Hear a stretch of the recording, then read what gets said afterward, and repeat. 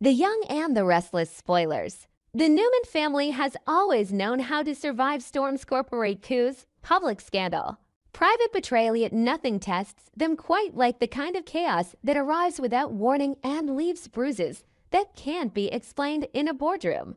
When Noah returns to his family after Sienna's kidnapping, the relief that should have softened the atmosphere never fully arrives. Instead, it curdles into something heavier, because Noah comes home physically present but emotionally unreachable, as if part of him is still trapped in the moment everything went wrong. He is back at the ranch, back under the protective shadow of the Newman name, surrounded by people who love him and want answers.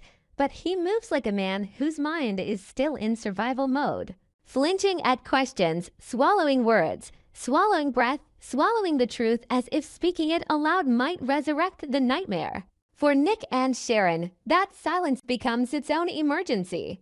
They keep asking him what happened, what he saw, what he heard, what Sienna said, what the kidnappers did, but Noah refuses to give them the story they need to build a strategy. He doesn't lash out because he wants to be cruel. He lashes out because the memory is a live wire, and he can't touch it without feeling the shock again. He can't explain the fear without re-entering it, and the thought of re-entering it terrifies him more than his parents can understand. The Newman Empire has trained its children to control narratives, but trauma destroys narrative first. Trauma leaves fragments, and Noah is living inside those fragments. His anger, already burning from the disappearance of Sienna, turns feral when Nick and Sharon push too hard. Noah's mind keeps trying to simplify the situation into something he can fight, an enemy with a name, a face, a predictable motive. In that simplification, Matt becomes the obvious culprit because Matt is the kind of man Genoa City understands. He is a lowlife with hunger in his eyes, a parasite who attaches himself to power and calls it destiny, a threat that can be tracked, exposed, confronted. Matt is a villain that fits the shape of Noah's rage. If Matt is the kidnapper, then Noah can focus his fury, sharpen it, and turn it into action. That belief becomes Noah's oxygen, and anyone who challenges it feels like they are taking his air away.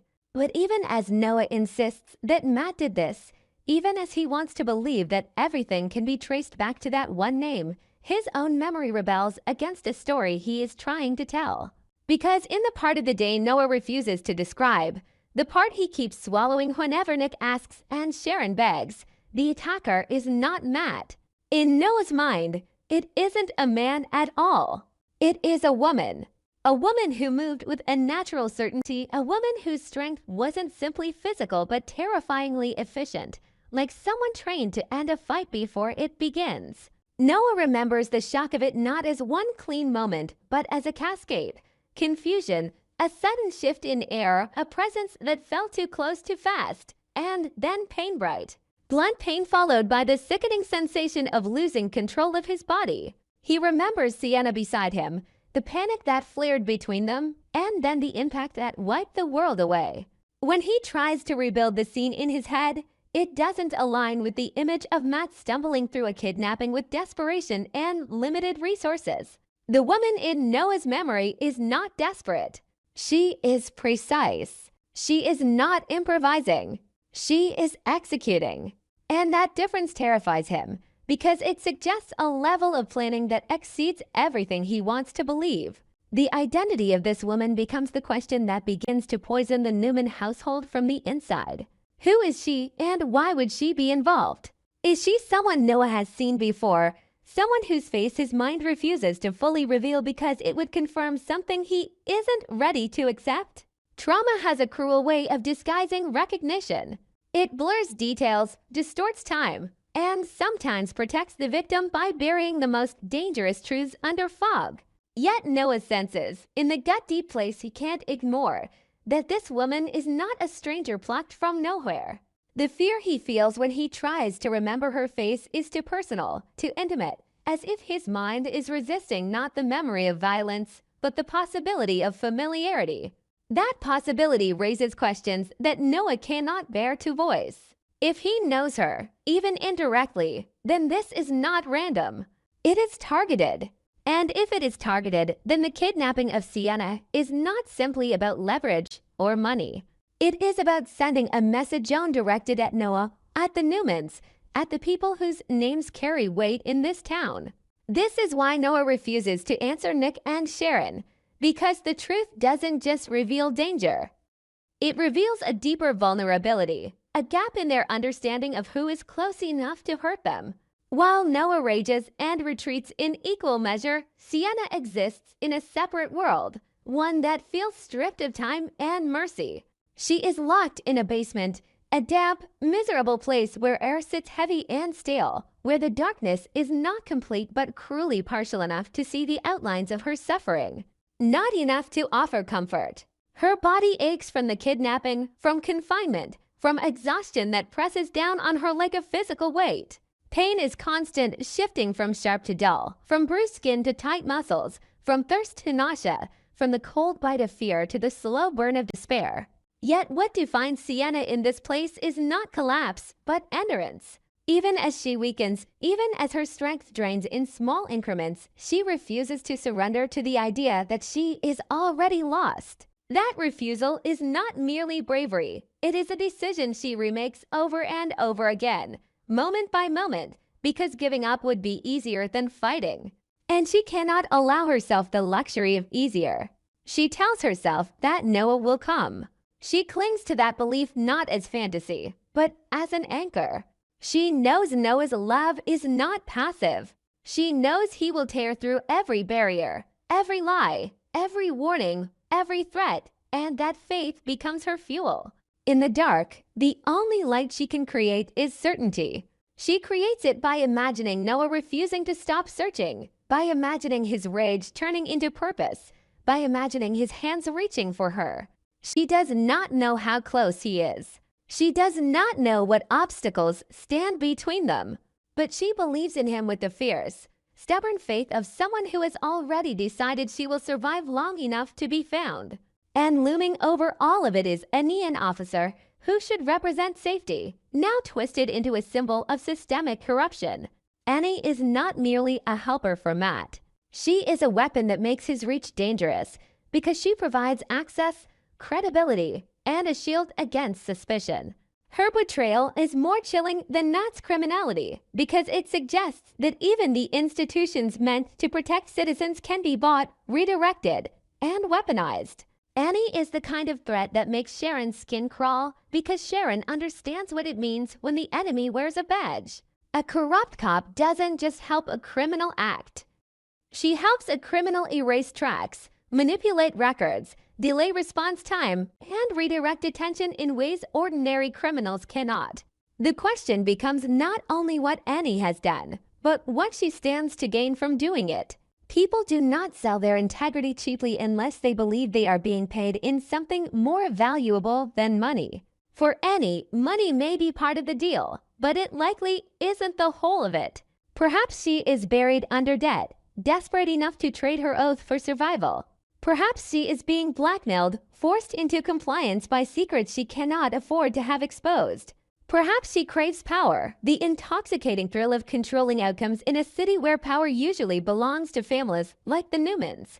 Or perhaps it is personnel resentment built over years of watching the wealthy bend justice, watching the Newmans dominate narratives while ordinary people suffer consequences. If Annie believes the system is rigged, she may see herself not as a villain, but as someone finally exploiting the rigging for her own benefit. That belief would make her even more dangerous because it would allow her to justify anything.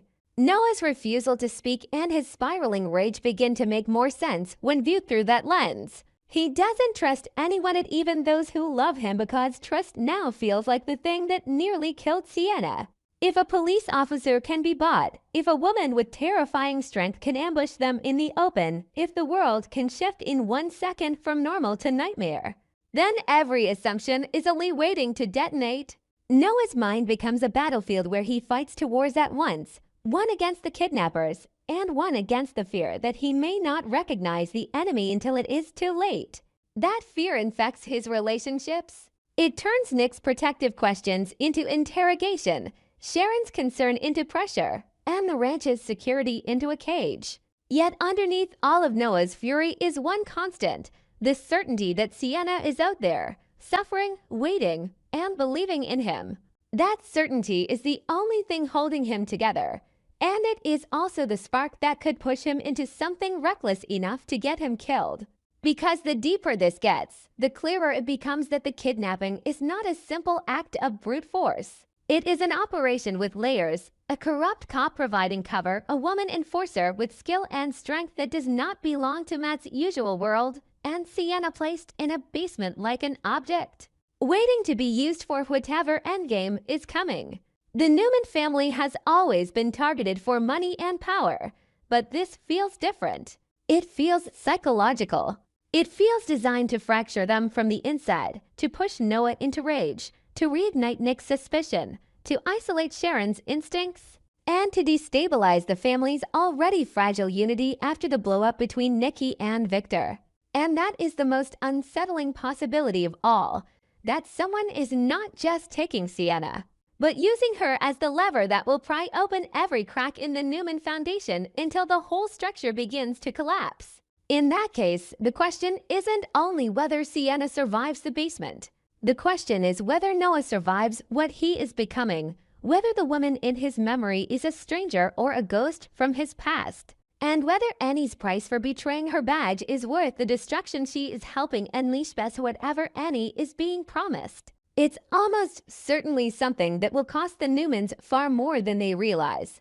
And the moment Noah finally remembers the woman's face may be the same moment the family discovers the kidnapping was never just about Sienna at all. By the time the night swallowed Genoa City into its familiar winter haze, Noah Newman had already reached the point where the world felt too loud and too distant at the same time. As if every sound arrived late and every light carried a smear of accusation. He told himself he was choosing the bar because it was crowded, because crowds were supposed to blunt panic, because the noise could drown out the basement he couldn't stop imagining and the gaps in his own memory that kept widening instead of healing. In truth, he chose it because he needed something sharp enough to silence the fear for an hour, and alcohol was the fastest weapon he had within reach. The Newman name could summon security teams, investigators, and influence, but it couldn't summon sleep, it couldn't rewind time. And it couldn't restore the one thing Noah felt he had lost the moment Sienna vanished, the ability to trust his own mind. Every sip was an attempt to crush the looping questions Nick and Sharon kept pushing at him. Questions he refused to answer because answering would mean reliving the moment the air changed and the unknown woman's strength erased his control.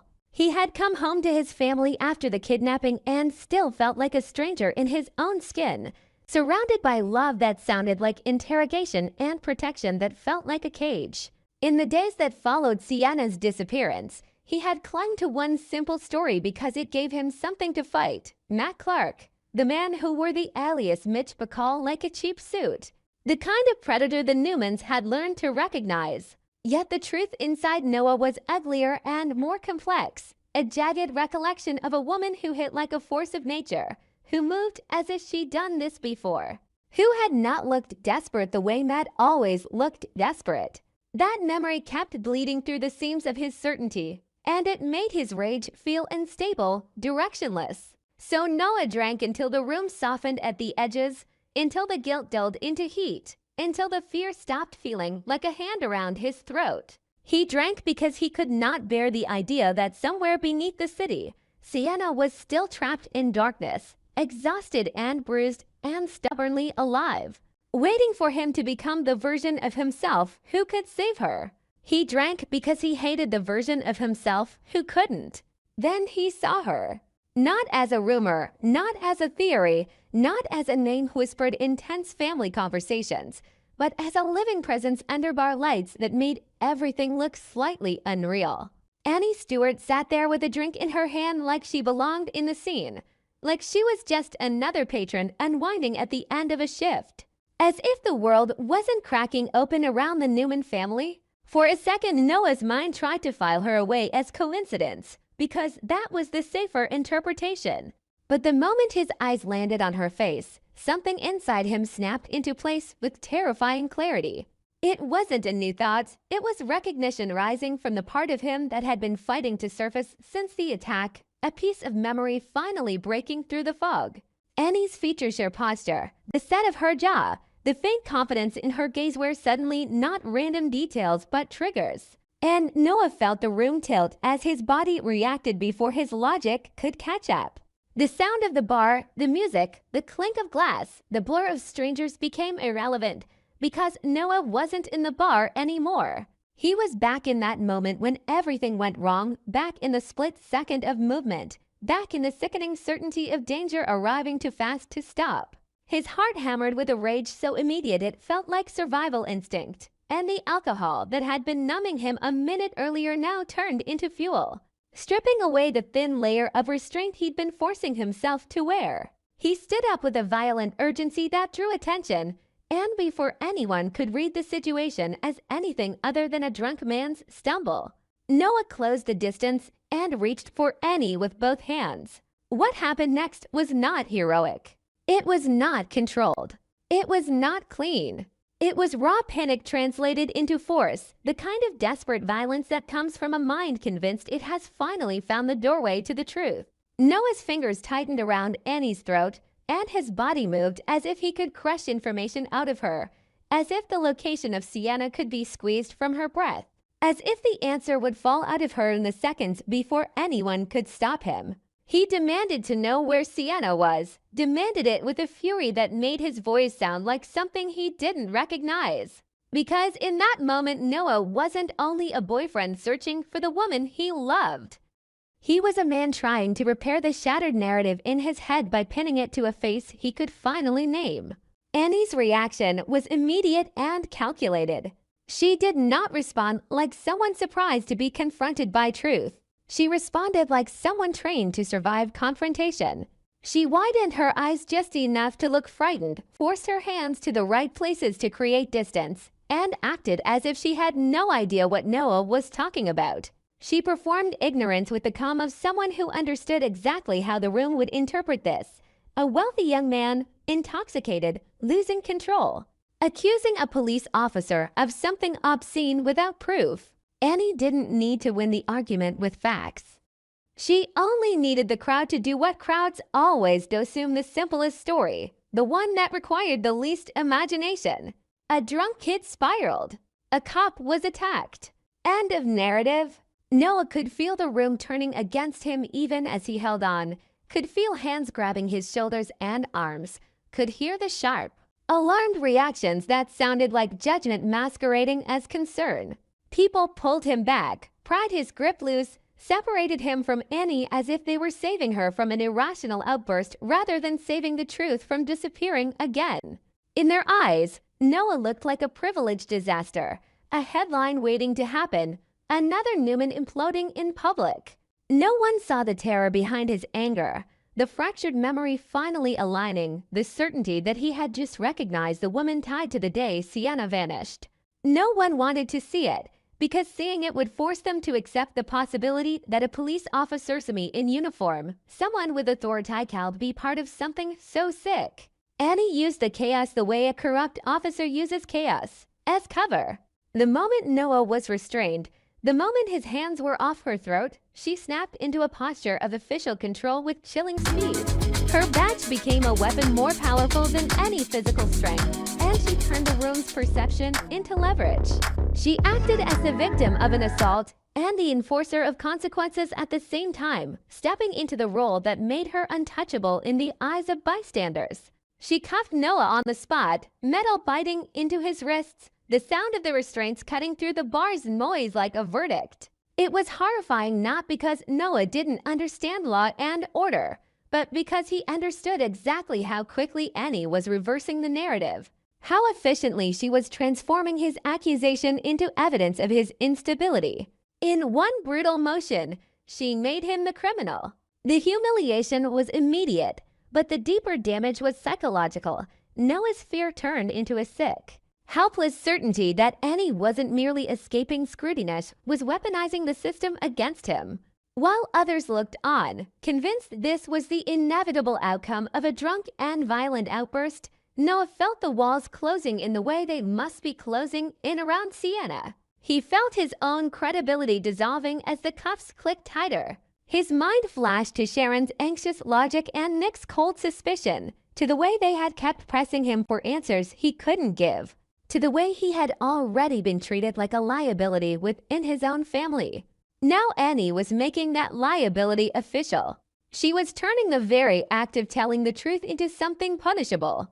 Noah fought against the grip of the situation, not just physically but emotionally, because it wasn't only his freedom on the line. If Annie succeeded in painting him as unstable, then everything he knew he remembered about the woman who knocked them out. Everything he believed about Annie's role would be dismissed as drunken paranoia. It would buy Annie time, and time was the one currency Sienna could not afford to lose. Somewhere far away from the bar's bright lights, Sienna remained locked in the basement where suffering had become routine, where exhaustion and pain moved through her body like tides that refused to recede. If she could have seen what was happening, she might have felt the cruel irony of it in her bones. Noah, the man she believed would come for her, finally finding a piece of the truth, only to have that truth slammed back into his face by a badge and a pair of handcuffs. Yet even in the basement, even in the misery that tried to grind her down, Sienna's endurance remained her only form of control. She had learned to ration hope the way people ration water, holding onto the belief that Noah's love was not passive and that his desperation, however dangerous, was proof he was still fighting. She feared what Annie might do, feared what Matt might demand, feared the unpredictable brutality of a man like Matt when he felt cornered or bored. But she also knew that the worst weapon her captors had was isolation. If they could make her feel forgotten, she would break. She refused. She clung to the idea of rescue because it was the only light she could manufacture in the dark. What she couldn't know was that Annie's corruption was not only about holding Sienna. It was about shaping the world outside the basements so that rescue became harder, so that every step toward the truth was turned into a mistake. Annie had been hired by Matt to serve him, to smooth the sharp edges of his limitations with institutional access and manipulation. And now she was collecting payment in a more insidious form than cash. She was gaining the power to control outcomes, to direct suspicion, to discredit those who threatened her. Whether Annie's reward was money, leverage, or the thrill of playing both sides, her method was clear. She did not need to prove Noah wrong. She only needed to ensure no one could prove him right. That was the nightmare unfolding in real time as Noah sat restrained and judged, forced into the role of the unstable aggressor while the woman he accused stood framed as the authority restoring order. There was no evidence in that bar to expose Annie, no witness who could testify that Noah's memory was accurate, no footage that could transform a moment of recognition into a legal revelation. All the room could see was violence and drunkenness, and Annie knew it. She knew the Newmans' influence could shake institutions, but she also knew that influence collapses when the story turns ugly enough. A cuffed Noah looked like scandal. A cuffed Noah looked like a young man unraveling under pressure. A cuffed Noah looked like someone whose accusations should be treated carefully, skeptically, dismissed if necessary. That was why the scene felt so grotesque. Not because Noah had made a smart choice he had, but because the system was being used to punish the one person who had stumbled closest to the truth. Noah's words were correct. Annie was involved. Annie had orchestrated the kidnapping. Annie had the power in Noah's memory, the familiarity that sparked recognition, the calculated control to knock him out and vanish Sienna into a basement. But correctness without proof is just noise, and Annie was counting on that. When the immediate chaos settled and the bar's onlookers returned to their drinks and their assumptions, the damage remained. Noah had given Annie exactly what she wanted, a public scene that allowed her to define him as unreliable and violent, and the physical confrontation would now follow him like a stain.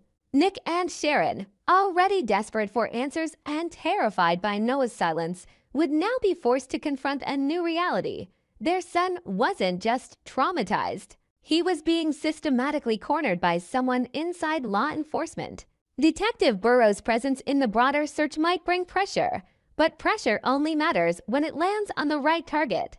And Annie had just redirected the force of the investigation away from herself by turning Noah into the distraction. At the Newman Ranch, the family's internal fracture as Victor's obsession with control, Nikki's shaken marriage, the ongoing chaos of legacy and loyalty had already created a volatile atmosphere.